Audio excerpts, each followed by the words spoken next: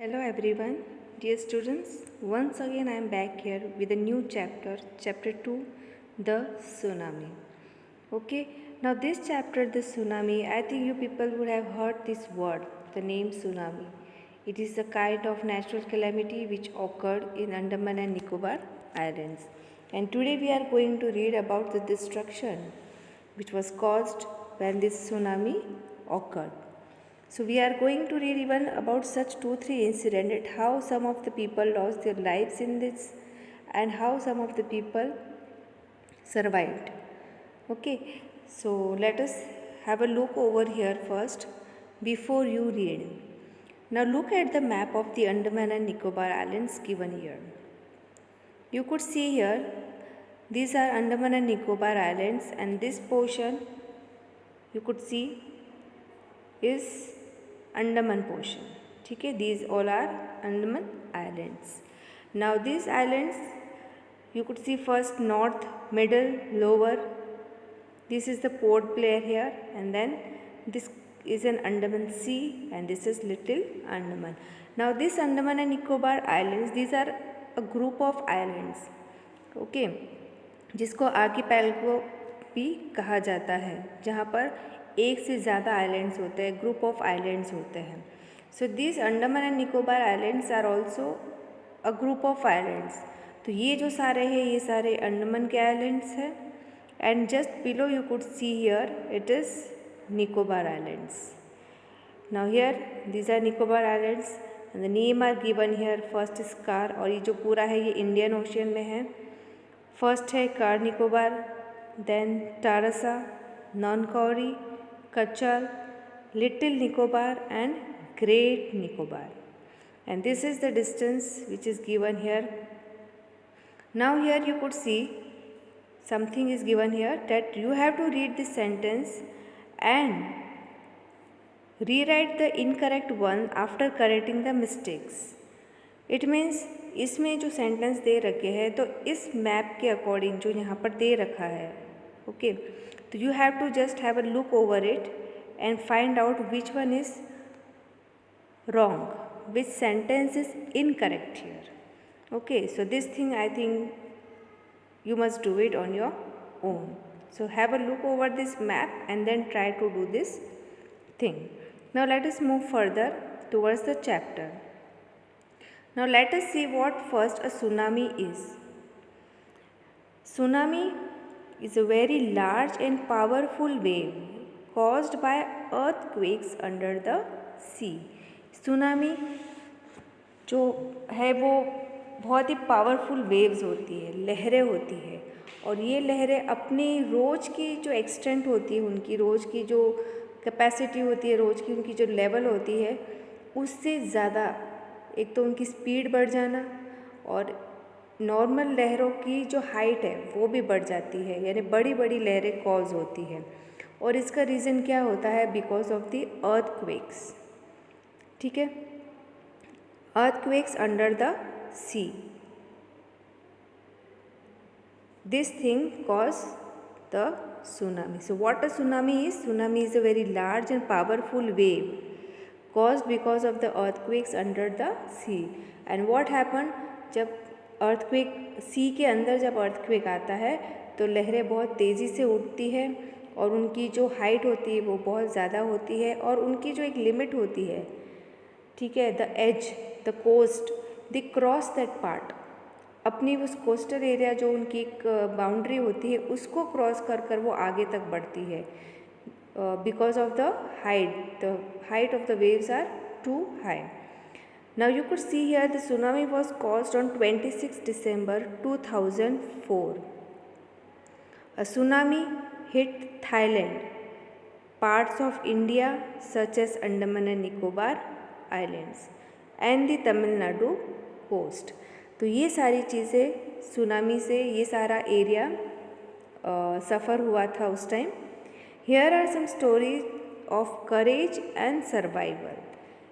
तो यहाँ पर हम वो स्टोरीज़ पढ़ेंगे जहाँ पर कुछ लोगों ने बड़ी हिम्मत से ना सिर्फ अपने दूसरे लोगों की भी जान बचाई और कुछ बचने में कामयाब हुए और कुछ नहीं. So let us start. Now first question is given here. Did animals sense that a tsunami was coming? Some stories suggest that they did. Now here the question is कि जानवरों को पता चलता है, उनको एक सेंस होती है उनमें जो वो इंडिकेट करती है उनको कि something is going to happen, something wrong is going to happen, whether it is earthquake और सच काइंड ऑफ को जो समुद्र में जो कैलामिटीज़ होती है वो, तो इन चीज़ों का जानवरों को ऐसा कहा जाता है कि पहले से एहसास होने लगता है because of the vibrations under the earth. Now this thing is also proved here in tsunami. Before the tsunami came some proofs are there, कुछ ऐसे प्रूफ मिले हैं जिससे ये श्योर हो जाता है कि एनिमल्स को वाकई में इस चीज़ के बारे में, इस कैलामिटी के बारे में पता चल गया था. And what happen, which thing shows that the animal really sensed that a tsunami was coming. So this thing we are going to read in the next part. Let us move towards the chapter. Here you could see the destruction which is caused by tsunami. Okay, everything has been washed off, swiped off because of the large and huge waves. Everything was swept away. First we are going to read some stories. So here it is the first story of a person named Ignatius. These stories are all from the Andaman and Nicobar archipelago. Archipelago are the group of islands, a group of many islands and the surrounding sea are called as archipelago. Ignatius was the manager of a cooperative society in Kachal. Ignatius is the name of the person who was the manager of cooperative society in Kachal. This is the name of the place. His wife woke him up at 6 a.m. So in the morning, early in the morning at 6 a.m, his wife woke him up because she felt an earthquake, क्योंकि उसको कुछ vibration से earthquake जैसी feeling हुई. Ignatius carefully took his television, set off its table and put it down on the ground so that it would not fall and break. So when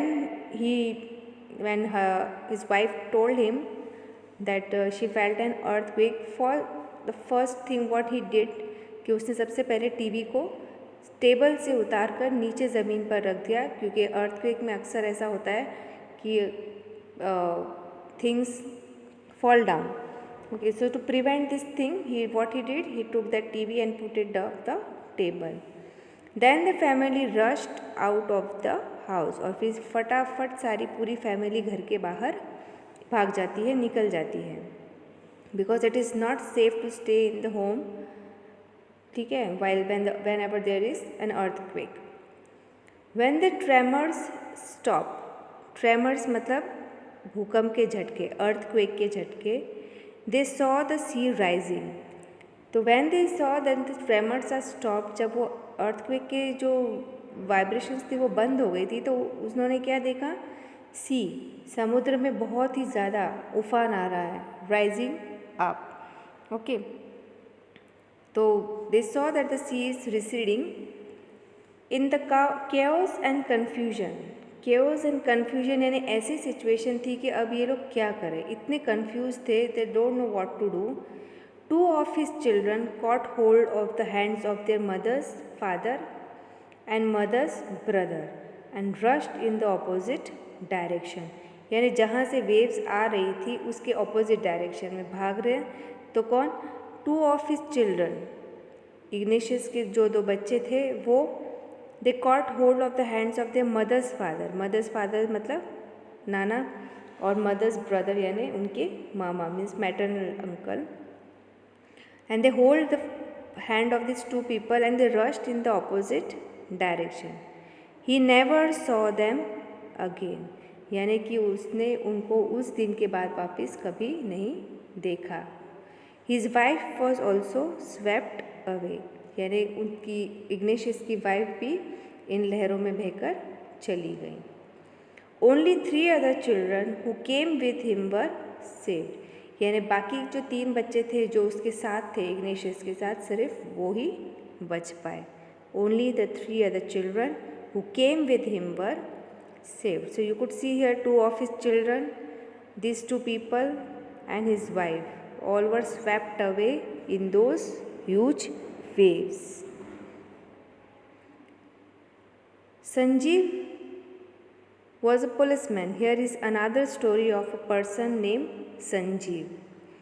Sanjeev was a policeman serving in the Kachal Island of the Nicobar group of islands।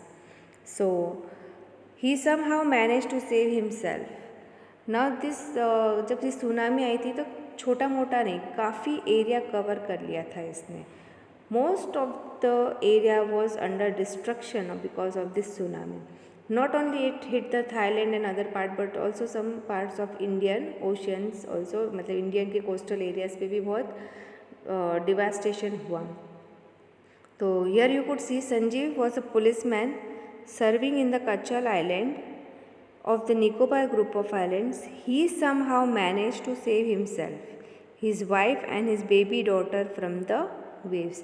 यानी कि संजीव ने किसी भी तरह से manage करके अपनी आप को, अपनी वाइफ और अपनी बेबी को उन लहरों से बचाया। But then he heard cries for help from the wife of John the guest house cook. यानी ये लोग जहाँ पर गेस्ट हाउस में रुके हुए थे तो वहाँ पर गेस्ट हाउस की कुक जो था उसकी वाइफ, ठीक है, गेस्ट हाउस का कुक जो था जॉन, उसकी वाइफ की आवाज़ उसने सुनी जो मदद के लिए चिल्ला रही है। तो इन सबको सेव करके संजीव वापस उसको बचाने के लिए जाता है। Sanjeev jumped into the water to rescue हर।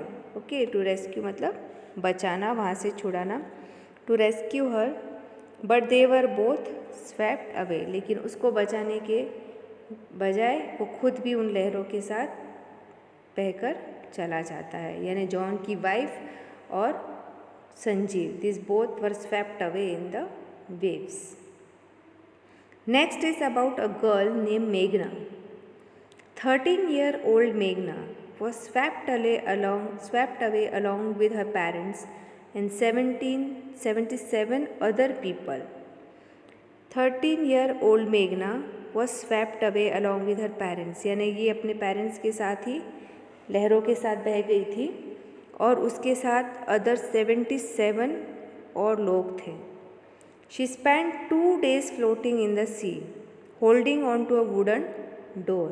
मतलब ये कि उसने 2 दिन तक पानी पे बिताए, क्योंकि जब बहुत तेज़ लहरें आई थी तो काफ़ी बिल्डिंग्स, घर वगैरह टूट गए थे। तो एक लकड़ी का दरवाज़ा था, लकड़ी तो पानी में डूबती नहीं है, तो उस लकड़ी के सहारे वो 2 दिन तक उस पानी के ऊपर तैरती रही। 11 times you could see here, 11 bar she saw relief helicopters overhead but they did not see her। तो 11 बार उसने रिलीफ हेलीकॉप्टर्स को देखा लेकिन उनकी नज़र उसके ऊपर नहीं गई। She was brought to the shore by a wave and was found walking on the seashore in a daze।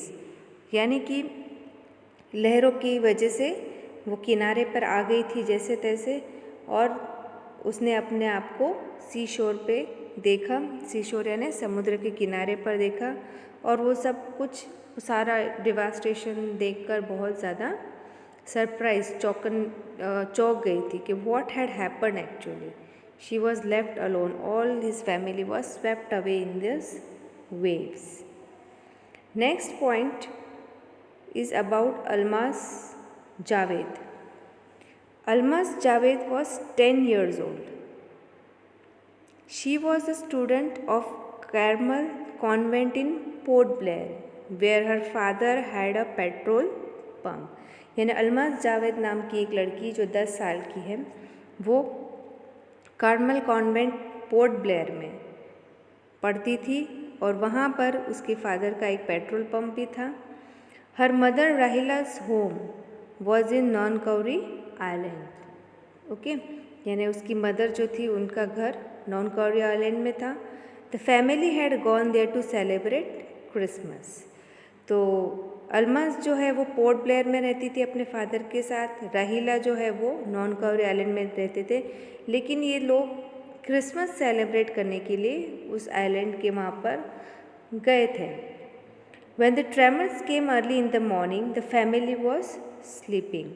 तो जब सुबह अर्थक्वेक के ट्रेमर्स, ठीक है, झटके आए थे in the morning, the family was sleeping, ये सभी सो रहे थे।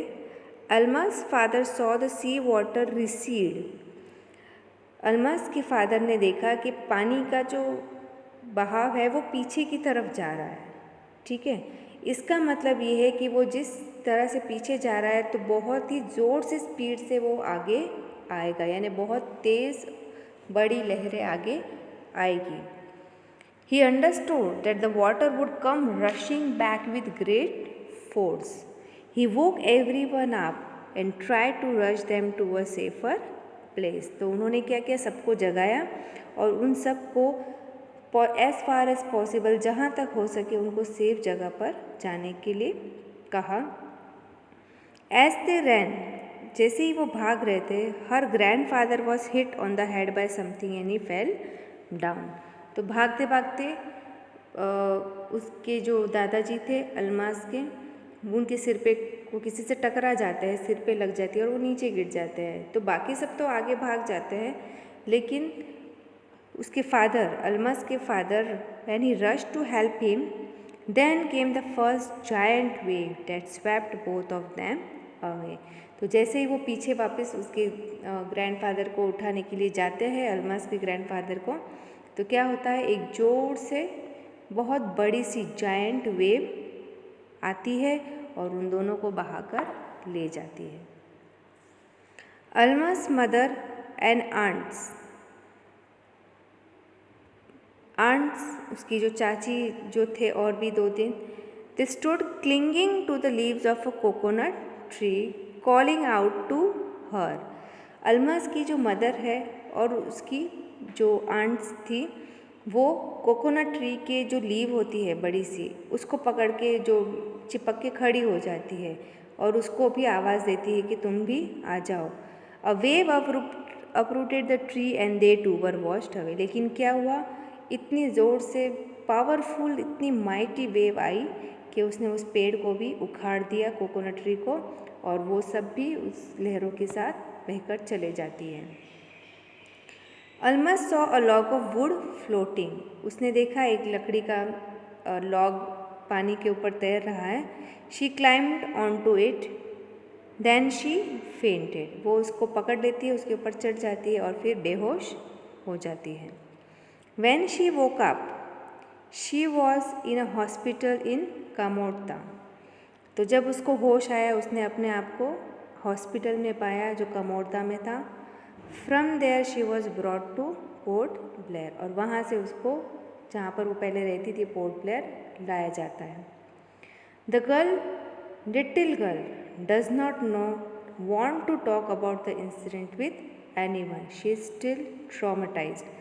मतलब ये कि ये लड़की किसी से भी इस इंसिडेंट के बारे में बात नहीं करना चाहती है, because she is still traumatised, यानी अभी भी वो इतने सदमे में थी क्योंकि उसने अपनी पूरी फैमिली इसमें गवा दी थी। No one was left alone except her, so she was greatly shocked by this thing and distress. Okay, so here we have completed our first part, and in this we read about how many persons we are going to see here. First we read about whom? Ignatius. Okay, first we read about Ignatius, then next person is Sanjeev. Okay, then we read about Meghna. After that we read about Almas Javed. So these are the person about whom we read in first part. Okay, and in a next video we are going to see the next part of this chapter. Now here some true or false are given there. So the content which we have seen now, just have a look over it and try to solve this true or false. Okay, thank you.